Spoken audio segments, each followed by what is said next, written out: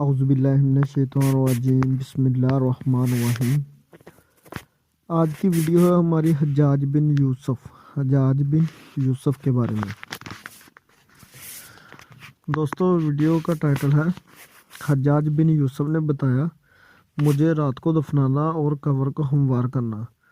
حجاج بن یوسف کی موت کا دردناک واقعہ تفصیل سے پڑھتے ہیں۔ آئیے چلتے ہیں ویڈیو کی طرف، تفصیل کی طرف۔ حضرت سعید بن جبیر جو کہ ایک تابعی بزرگ تھے، ایک دن ممبر پر بیٹھے ہوئے یہ الفاظ ادا کیے کہ حجاج ایک ظالم شخص ہے۔ ادھر جب حجاج کو پتہ چلا کہ آپ میرے بارے میں ایسا گمان کرتے ہیں تو آپ کو دربار میں بلا لیا اور پوچھا کیا تم نے میرے بارے میں ایسی باتیں بولی ہیں؟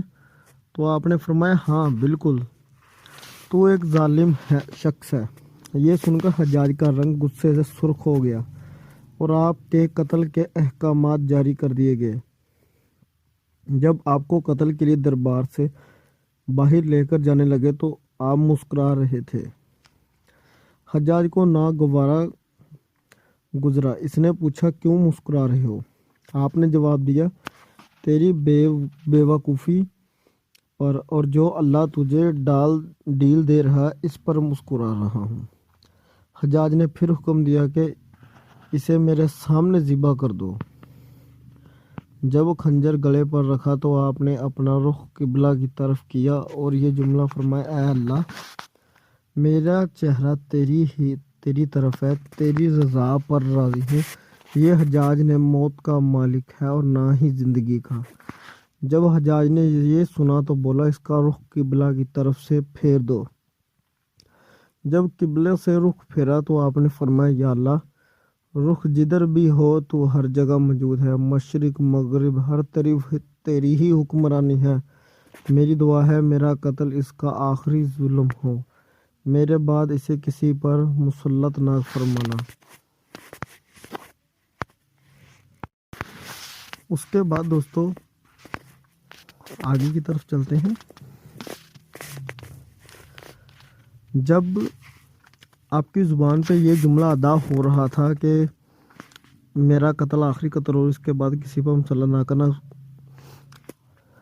اس کے آگے چلتے ہیں۔ آپ کو قتل کر دیا گیا اور اتنا خون نکلا کہ دربار تو تر ہو گیا۔ ایک سمجھدار بندہ بولا کہ یہ اتنا خون تب نکلتا ہے جب کوئی خوشی خوشی مسکراتا ہوا اللہ کی رضا پر راضی ہو جاتا ہے۔ حجاج بن یوسف کے نام سے سب واقف ہیں۔ حجاج کو عبد المالک نے مکہ، مدینہ، طائف اور یمن کا نائب مقرر کیا اور اپنے بھائی بشیر کی موت کے بعد اسے عراق بھیج دیا جہاں سے وہ کوفہ میں داخل ہوا۔ ان علاقوں میں 20 سال تک حجاج کا عمل دخل رہا۔ اس نے کوفہ میں بیٹھ کر زبردست فتوحات حاصل کیے۔ اس کے دور میں مسلمان مجاہدین چین تک پہنچ گئے تھے۔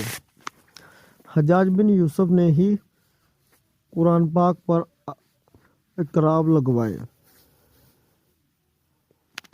اللہ تعالیٰ نے اسے بڑی فصاحت و بلاغت اور شجاعت سے نوازا تھا۔ حجاج حافظ قرآن تھا، شراب نوشی اور بدکاری سے بچتا تھا۔ وہ جہاد کا ذہنی اور فتوحات کا حریص تھا، مگر اس کی تمام اچھائیوں پر اس کے ایک برائی نے پردہ ڈال دیا تھا اور وہ برائی تھی ظلم۔ حجاج بہت ظالم تھا۔ اس نے اپنی زندگی میں ایک خون خوار درندے کا روپ دار رکھا تھا۔ ایک طرف موسیٰ بن کر نصیر اور محمد بن قاسم کفار کی گردنیں اڑا رہے تھے، اور دوسری طرف وہ خود اللہ کے بندوں، اولیاء اور علماء کے خون سے ہولی کھیل رہا تھا۔ حجاج نے 1,20,000 انسانوں کو قتل کیا تھا۔ اس کے جیل خانوں میں ایک دن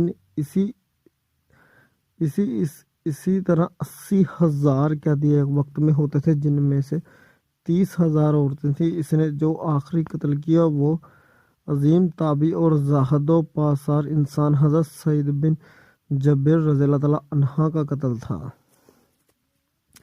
انہیں قتل کرنے کے بعد حجاج پر وحشت سوار ہو گئی تھی۔ وہ نفسیاتی مریض بن گیا تھا۔ حجاج جب بھی